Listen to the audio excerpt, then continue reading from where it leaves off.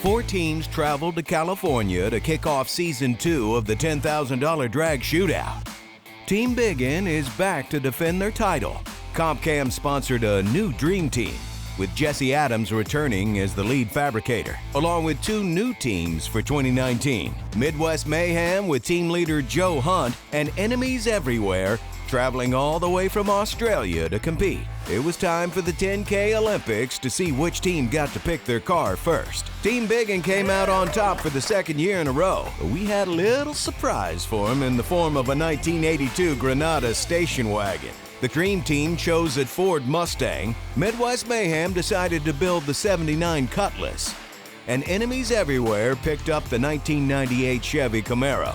After choosing their cars and doing a couple of burnouts, the teams got their cars into the shop as fast as possible so they could get to work on their new race cars. Now it's time for the teardown.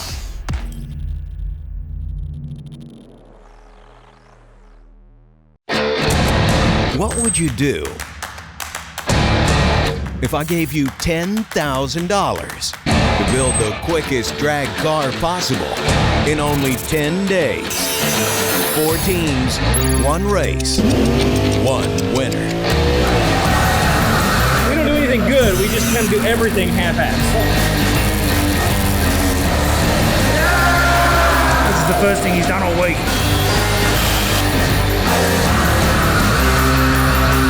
I want a beer. I told you I was right. I don't think I hit the right button. The experience of last year has helped me look at things from a little bit different perspective.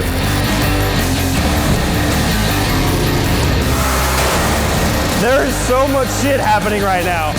I did it, the car was sliding, so then I backed off.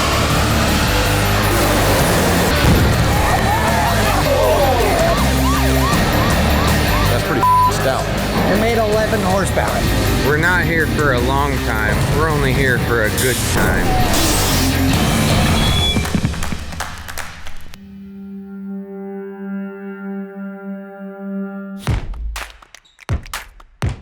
After the teams pushed their cars into the shop, it took almost no time at all for all 4 teams to get the engines, transmissions, and rear ends out of their cars and into the dumpster.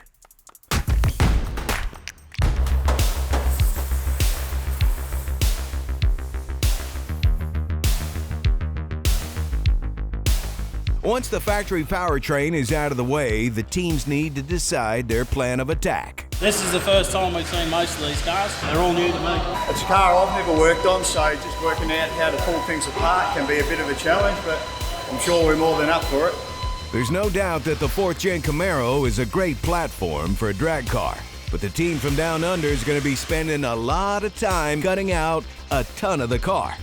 Enemies is building a 6-liter LS engine with a turbo 400 transmission. They're going with an 80mm turbo and an 8.8 rear end. The engine in this thing is nearly bloody a mid-mount, so it's a little bit more difficult to work on. We're widening the tub, so we don't have to cut the tub out, and it doesn't really need it, only just needs pushing over a bit. You're just warming it up and stretching the metal.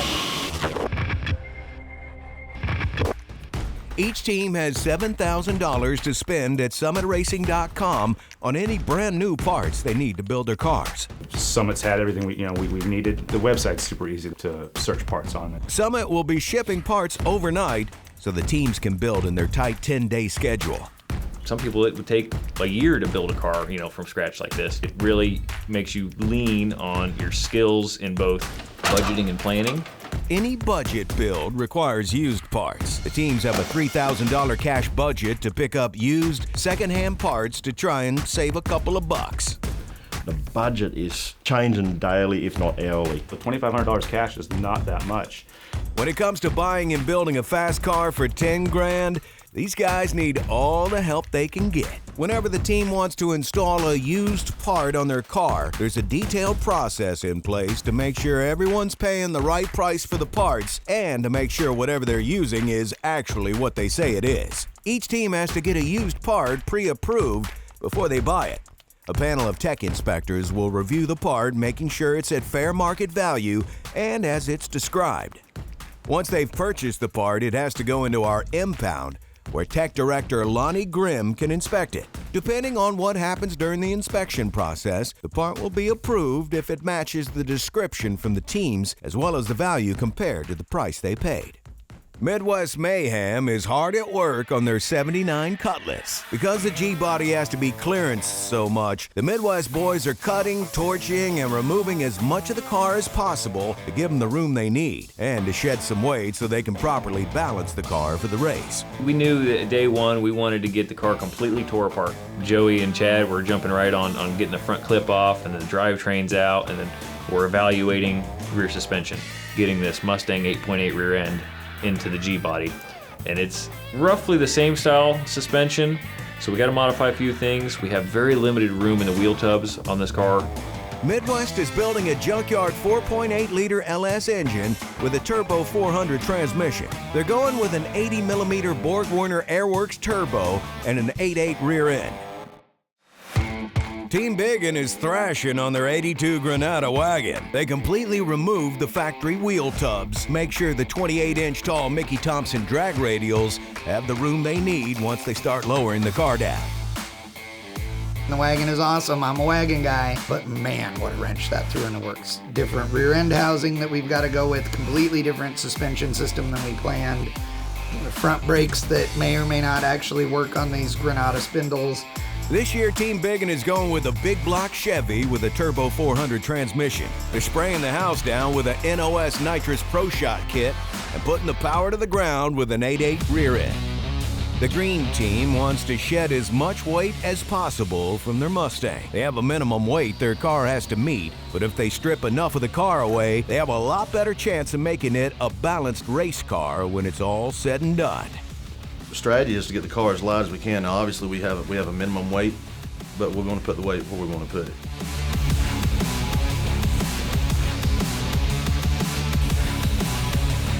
We're about to drop this K-member and this engine out. The transmission's already separated from the bell housing, so about 6-8 bolts here, and we'll raise the car up. K-member and the engine with the bell housing will be on the furniture dolly.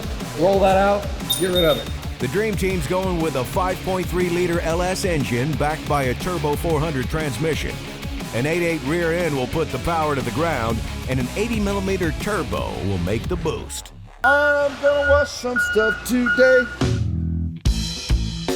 We all know people that can get discounts and homie hookups on parts. But in this competition, we want everyone to pay fair market value for their parts. We basically put parts in, you know, what we bought them for, and then there's an average price that they look up and say, hey, we think it's worth this much.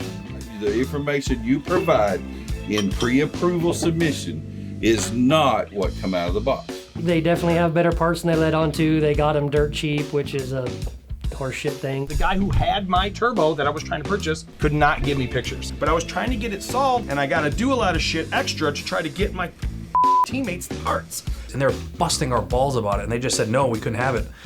I don't know why. That's how I'm feeling right now. They're shopping the best they can. We protect from the buddy deal. Say they cash budgeted something and tried to get it approved for $100, and we look at it fair market value as $400.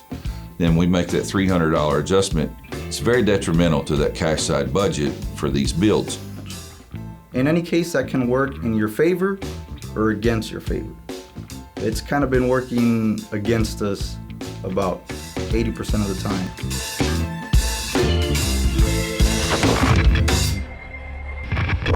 The Horsepower Wars staff brought in a professional transmission builder to pull apart and go through each team's transmission that has been submitted for approval to make sure there's nothing fishy going on. We have enlisted the help of Leo Glassbrenner, owner of Remax Certified Transmissions and Auto Care. He's evaluating the internals and determining a fair market value for each transmission. This pump's rebuilt, brand new pump bushing, brand new pump seal. Our transmission was submitted as a slipping or blown up Turbo 400 that had a trans brake in it. They had a training guy come in there and he said, oh, it's got a shaft, it's got a hub in it. You would drill and tap that and put a restrictor in there. This thing probably is still in the $750 range. It's clear that Team Bigun's transmission is worth more than the pre-approval price of $300. It's only a couple of $100 more, but when it comes out of the limited cash budget, these guys could be in trouble. Our budget is definitely thin. Last year we had tons of money left over. That's not going to happen this time. Picking up a junkyard engine at the right price that can hold up to some abuse could be a slam dunk for budget builds like these. We actually did get a junkyard motor. It's no secret that a stock bottom LS engine can make over 1,000 horsepower without breaking a sweat. And you can buy them from the wrecking yard for less than $200. Midwest Mayhem's stock 4.8 liter LS is clearly used and has stock internals. But the Dream Team's 5.3 LS doesn't look like something you'd get from a junkyard. Some of the other teams maybe altered them a little bit. We only have so much money in our budget that there's some things that we just can't skimp. Brian's noticed some questionable internals that don't match up to a junkyard engine. So there's something going on with the Dream Team's engine for sure. It has comp camps push rods in it, and they've tried to sand off the laser etching, but you can still see it. I didn't see the ball in the end like a factory push rod, and that instantly set me off. A lot of the stuff in the engine is clearly not stock. Right. Intake ports are spotless. Something's going on with the crank. Brand spanking new looking rod bearings. I mean, we need to make sure that we definitely do our due diligence and dig into that. There is definitely multiple reevaluations in process, and Dream Team's one of them. Yep. All right, well, let's get to it. When we fair market value the engine platforms, we're looking at the internal components that was in that engine. So a guy says that I got an engine out of a salvage yard, it was $189 from pick apart. That is a fair market value for a 100% bone stock engine. Once we tear them apart, again, thorough investigation through the engine, looking at the parts that were not stock, we change the fair market value. By visual inspection, it looks like we possibly have either a very clean or a brand new valve. I would lean toward a new valve. That thing looks spotless in there. They disassembled their stock engine, and I noticed there was a unique coating on the chambers of the head. They said it was a high-performance coating that had been applied to the chambers of the head. I'd really never seen a coating like that would come off with brake clean, and so anyway, upon further evaluation, it was a cover agent to cover up some new valves, new valve job, valve seats, potentially a couple new guides. Dream Team, gotta love them. Spray paint on an engine or head to make it look used? Come on, you gotta do better than that. There's no doubt that the Dream Team's engine is not what they say it is. The parts committee is going to come up with a penalty for trying to sneak in new parts without paying for them. But for now, we have a challenge for all 4 teams that can help them in their build. This is the Holly Drag Racing Trivia Challenge, brought to you by Holly. 2 members of each team will compete to see who knows more about drag racing history. The winners will get their pick of 3 setups. We didn't know what drag racing trivia meant. Does that mean tech questions? Does that mean drag racing history? What does that mean? All right, question number 1. How many total light bulbs are on a standard drag racing Christmas tree? Total number of light bulbs, we are not referring to the new NHRA LED tree. I bet money they're drawing a tree right now. Multiple teams drawing a tree, counting them out. All right, show us your boards. The correct answer is 18, and that means that the Dream Team and Midwest Mayhem get 1 point each. Who piloted the first front-wheel drive car into the 6-second range? All right, 3, 2, 1, put your boards up. I like it, I'm flattered, but no. 0 points, it is John Linkenfelter. First front-wheel drive car into the 6s. It was piloted by him. Who cares about front-wheel drive cars except Brian Petty? The No Prep Kings crowned a champion in 2018. This racer has won 16 national championships in his heads-up drag racing career. What is his name? Put up your boards, please. And that, everybody got a point. Mike Murillo is the correct answer.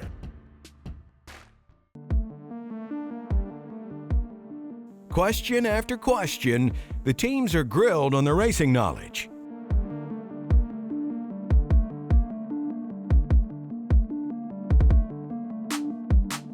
The teams are tied. The last question could determine the winner. This is the last question. What is the name of the NHRA fire and safety crews at each national event? Put up your boards.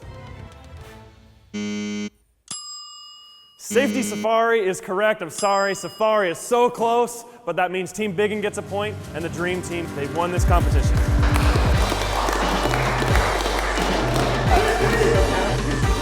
So this is the Holley HP EFI system. It is perfect for like single power adders, and you guys are going turbo LS, and that's also awesome because this is an LS plug and play harness. Nice. It has 4 inputs and outputs. It's gonna be perfect for you guys.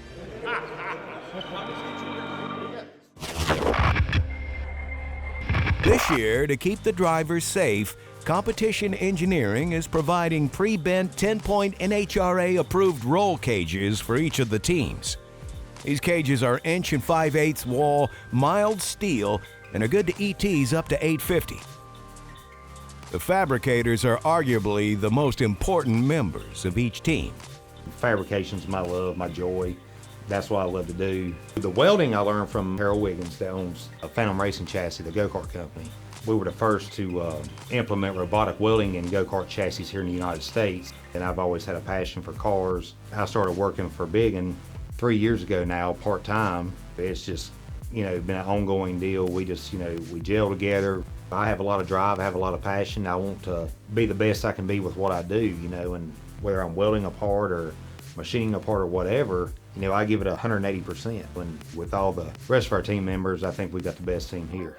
I've been in drag racing for a long time. Drag raced in the 90s and then did a lot of circle track racing as well. I'm a workaholic. I work 7 days a week. My shop focuses on drag racing. It's called The Shop Inc. When I first went to open, I was just trying to come up with a name, and I thought, well, that's cool if you say, I'm taking my car to the shop, that they say it's coming to the shop. We do everything. Rebuild engines, transmissions, fab, roll cages, custom bent stuff. Watching last year's deal, I was in my head thinking, that's awesome. Mentioned something to Joey about it, and Joey says, oh, Joe's already on it, wanted to do it. I'm like, well, we've got this team set. We were texting, Joe saying, we need a team name, and Midwest Mayhem popped into my head, and so here we are. I think it fits perfect. Pretty much as a young kid, I had a passion for cars anyway, so I built my first engine when I was 13 because my old man was a mechanic, and just loved it ever since. In general, the Australian drag racing scene is pretty big, and to be here is probably a big eye-opener to everybody, but we come here for a reason, and I think we've achieved what we needed to achieve. My father always wanted me to build a car. He looked around for a long time, and one of the cars I actually found was a 70 Chevelle, and he got so excited. He loved it, I loved it, and we were gonna buy it. A couple days later, my father actually died. He was by far the most incredible guy I ever met. He fabricated, he welded, he was a diesel mechanic by trade. And just being around him and how infectious he was about it kind of caught on. And now it's all I do. All I do is think about building and tweaking, and kind of like my dad in a way,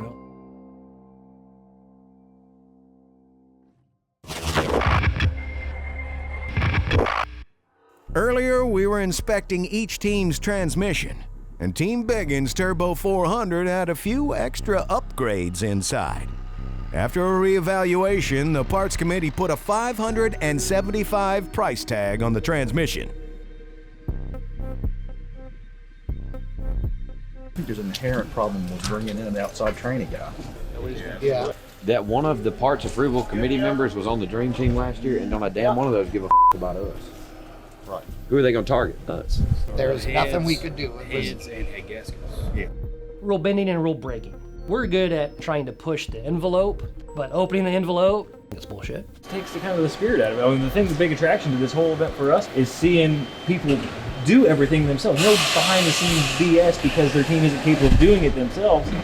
We're doing everything by the book to really show people. This isn't cheating wars. Drag racers, we're all known to try to find all the gray area that's advantageous to us. You have to get that past the tech department. Usually the tech department always wins. We had a reputable builder come in. We also witnessed that teardown. It was a transmission that you sent in for pre-approval, and then upon inspection, unknowingly possibly to you, you bought a Trans Brake 400. Well, it shows up and it has some really good internal parts in it. We were very clear that that transmission had a trans brake in it. Now, what other parts are inside that transmission? I have no idea.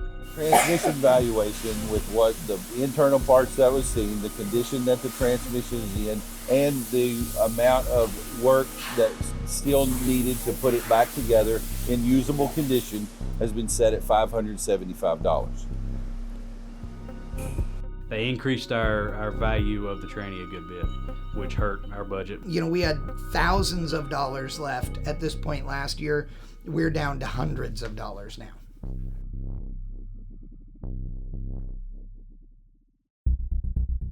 After disassembling and inspecting the Dream Team's engine, it's obvious they tried to save time and money by installing new parts into the engine and trying to pass it off as a junkyard 5.3. I want to ask you guys a question about your motor. I was watching you guys pull it apart, and there were some things in there that have clearly been replaced. Like, was there hidden things in there? I know, but I can't talk about it. Oh, well, ourselves. Like what? We got some secrets that we're doing, some badass stuff too, the internals of it. There's brand spanking new main bearings, rod bearings, valve springs are brand new, there's fresh assembly lube. Say if I told you, okay, we cheated. And somebody has clearly tried to hide that these are comp cams push rods, and they're 3/8, they're clearly not stock. On this one, you can see that nobody would go through the trouble of trying to hide that. What we've come up with is a reevaluation on your engine. It came in at 180 new. The new valuation on your engine will be at 500. Also, looking at all the creative work that was been done, we'll call it creative unapproved modification. With that will also come a creative weight penalty of 37 pounds. I don't like it. But this is not for discussion. You can't win if you don't try. Every single thing has been done by our entire team. Now, if I talk to you about it, do you tell anybody else? We all made these decisions together. Got your word, right? Handshake, we can do it on camera. Yeah, handshake. Right there. All right. Even though it's the first day of building, it is fairly late to be trying to round up another engine. All these teams come here with a plan, and there's only so many changes they're going to be able to go through before the frustration level is going to go up. But we look at the new parts that they submitted and the fact that they, we'll call it that creative, unapproved modification, better known as cheating. So we come up with a creative 37 pounds, a reevaluation of 500. I think it was fair.